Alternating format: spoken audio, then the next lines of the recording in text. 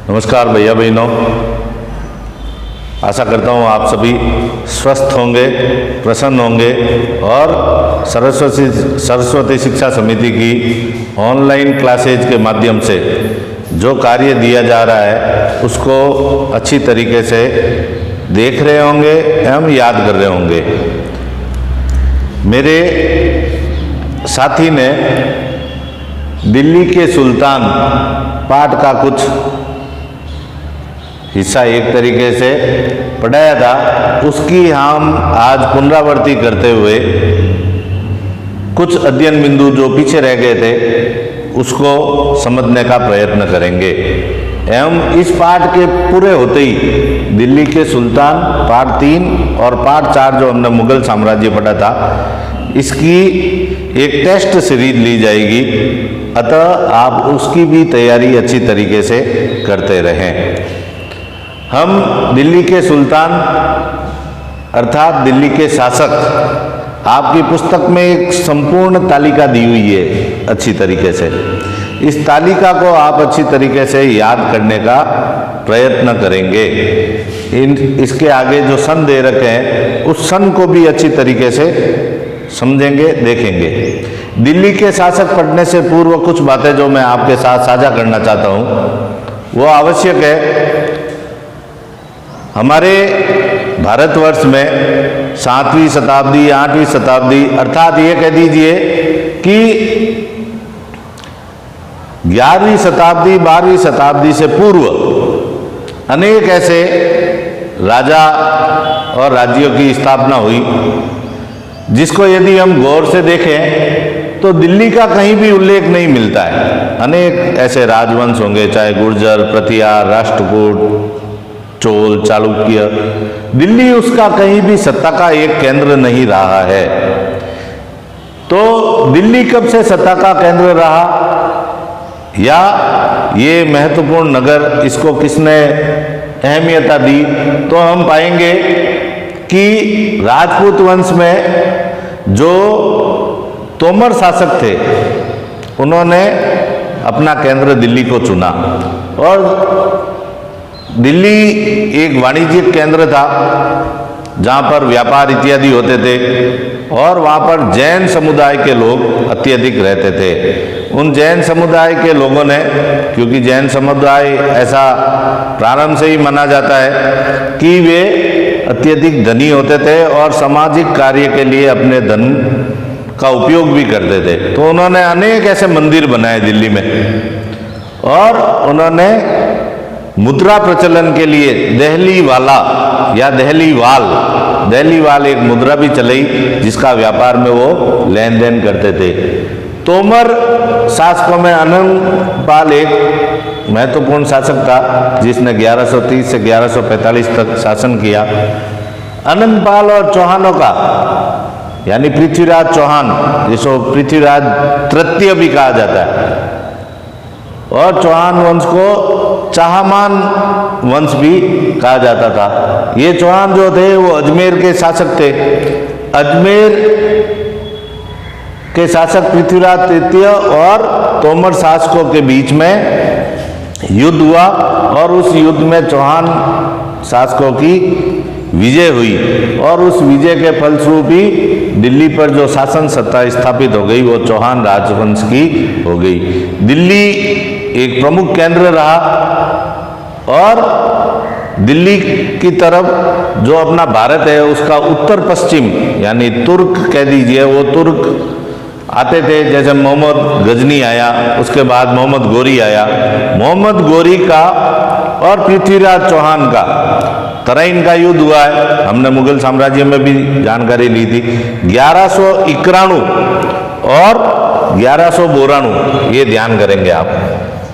1191 और 1192 ये तराइन का युद्ध हुआ था मोहम्मद गोरी और पृथ्वीराज चौहान के मध्य। 1191 में मोहम्मद गोरी की हार हुई थी तराइन के युद्ध में। उस हार को वो हजम नहीं कर पाया, इसके लिए 1192 में उसने पुनः पृथ्वीराज चौहान के साथ तराइन के द्वितीय युद्ध में युद्ध किया और उसमें मोहम्मद गोरी की विजय हुई।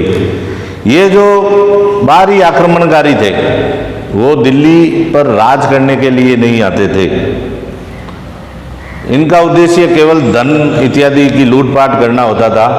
और मोहम्मद गोरी ने अपना एक गुलाम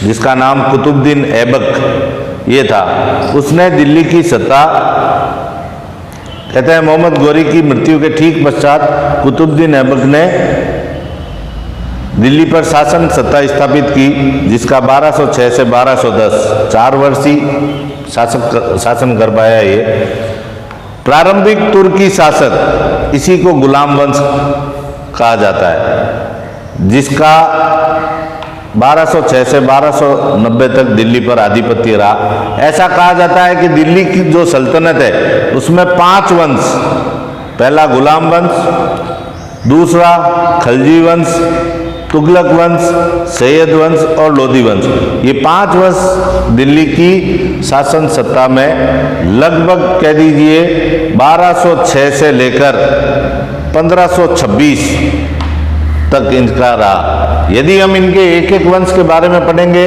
तो इसके लिए 2-3 दिन चाहिए, लेकिन आप चूंकि इस कक्षा 7वीं के विद्यार्थी है तो हमको 7वीं के स्तर के अनुसार ही अध्ययन करना है। तो हम एक मोटा मोटा हमें ये तालिका याद रहे कि गुलाम वंश जो था, उस गुलाम वंश में शासक कौन कौन थे।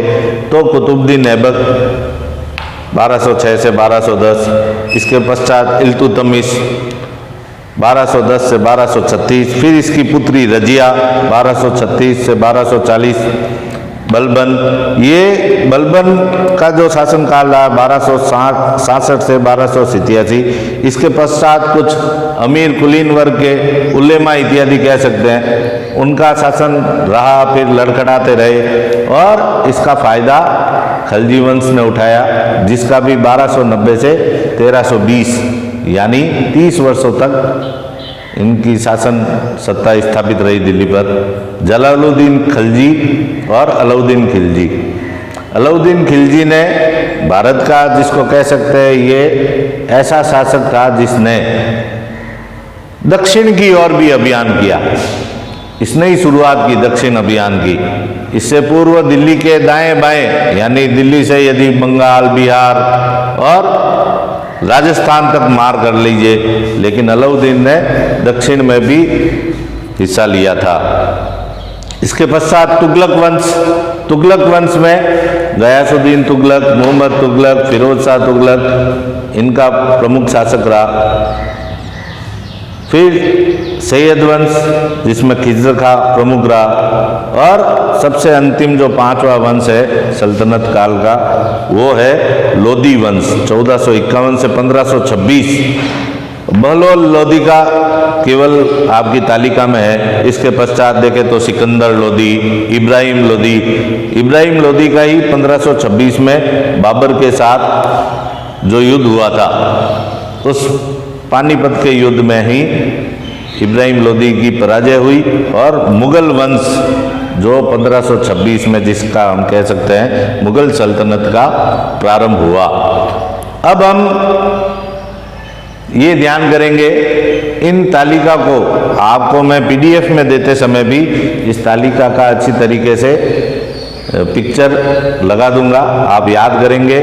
और दिल्ली के उस समय कुछ प्रमुख शहर जो दिल्ली के ही सुल्तानों ने स्थापित किए, जिसमें फिरोज शाह कोटला कह दीजिए, फरीदाबाद, गाजियाबाद, सिरी, ये कुतुबुद्दीन ऐबक ने जो कुतुब मीनार बनाई थी, वो कुतुब मीनार के आसपास का हौजे खास, जो आज भी यदि दिल्ली आप में से कोई गया है तो वहाँ जो मेट्रो स्टेशन है हौजे खास, तुगलक के बाद, अभी भी उसका नाम इस प्रकार से है। इसके पश्चात हम दिल्ली के सुल्तानों की जानकारी, ये हमें कैसे मिलती है।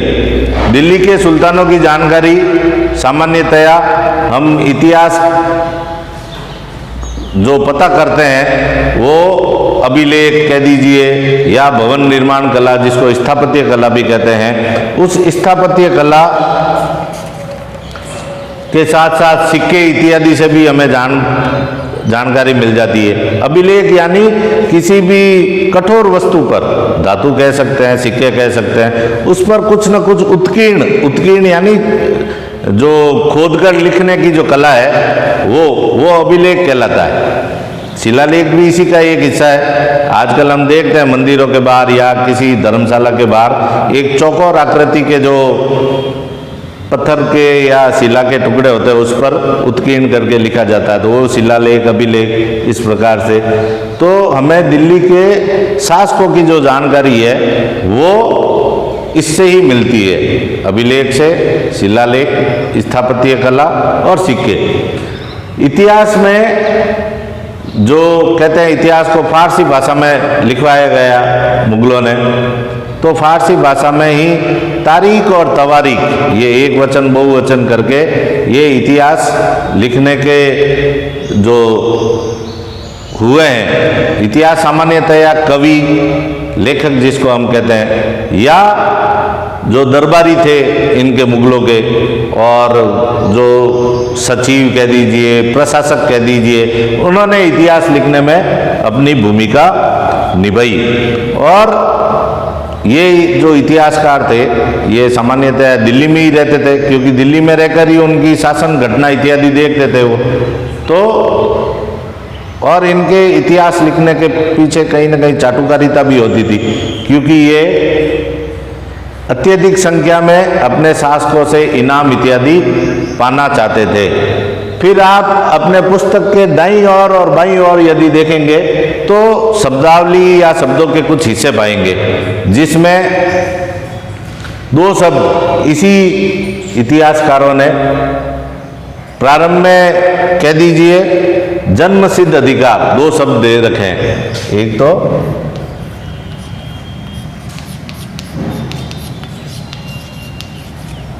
जन्म सिद्ध अधिकार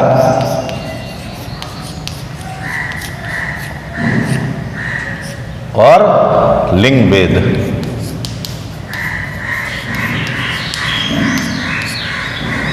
और फिर दूसरी तरफ पांडुलिपि को तैयार करने के 4 चरण, इसकी भी मैं आपको फोटो डाल दूंगा पीडीएफ में। तो जन्म सिद्ध अधिकार यानी ऐसा, ये जो कुलीन वर्ग दरबारी मानते थे कि जो अमीर कुलीन वर्ग के जो थे उनके पुत्र इत्यादि भी इनको शासन सत्ता में एक तरीके से अधिकार करने का जन्मसिद्ध अधिकार है, ऐसा उनके मानते थे। और लिंग भेद में भी जो ईश्वर की कृति है पुरुष और स्त्री, उसमें भी पुरुषों को एक शारीरिक रचना, सामाजिक रचना के आधार पर पुरुषों को कुछ अत्यधिक महत्व देते थे। इसका उल्लेख भी रजिया सुल्तान के समय जो मिनाज सिराज इतिहासकार था उसने उल्लेख किया, जिसमें उसने बताया कि रजिया इल्तुतमिश की मृत्यु के पश्चात शासन सत्ता पर बैठी 1236 में, वो सब दृष्टि से योग्य थी, लेकिन केवल स्त्री होने के कारण ही उसका एक तरीके से उसका पुरुषों के वेश में आना, घुड़सवारी करना, ये वहाँ के दरबारियों इत्यादि को पसंद नहीं था। और 1240 में उसको शासन सत्ता से पदच्युत कर दिया। तो ये इस प्रकार से रजिया का उल्लेख मिलता है। रजिया के साथ साथ ही भारत में दक्षिण में जो वर्तमान आंध्र प्रदेश है उसका वारंगल क्षेत्र कह दीजिए, उसमें रुद्रमा देवी, जिसके ऊपर पिक्चर भी बनी है साउथ की मूवी, तो रुद्रमा देवी वो एक महिला शासक थी, लेकिन उसने अपने नाम में कहीं न कहीं पुरुषों की भांति उल्लेख किया। और रुद्रमा देवी के साथ ही कश्मीर की एक महिला शासक जो 10वीं शताब्दी में, जिसको दीदा, प्यार से दीदी भी संबोधित करते थे वहाँ के निवासी, तो इस प्रकार से उल्लेख मिलता है। एक पांडुलिपि तैयार करने के चरण, जिसमें 4 चरण बताए हैं पांडुलिपि तैयार करने के।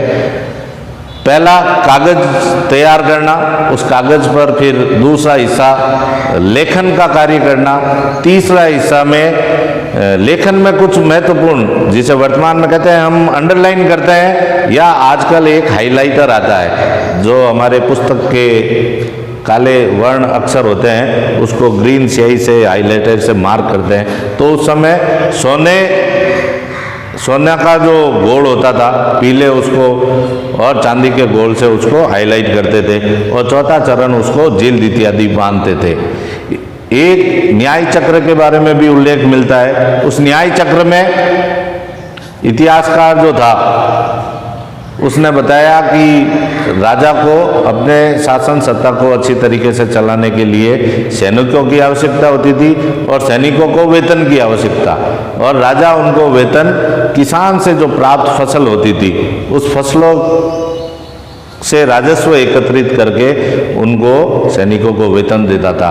लेकिन किसानों का प्रसन्न होना ये राजा के लिए एक अत्यधिक आवश्यक कार्य था, जिसको कहते हैं न्याय। न्याय का जो चक्र था, उस न्याय के कारण ही किसान यानी अपने शासन सत्ता में न्याय सही हो और किसान खुशी हो, इसका एक सामंजस्य बैठाकर राजा को कार्य करना होता था। ये एक तरीके से न्याय चक्र ही कहलाता था। इसके कुछ प्रश्न आपको कक्षा कार्य के रूप में दिए जाएंगे पीडीएफ में, और इसका जो सार है वो भी पीडीएफ में दिया जाएगा। आप याद करने का प्रयत्न करेंगे और अच्छी तरीके से कार्य करेंगे। धन्यवाद।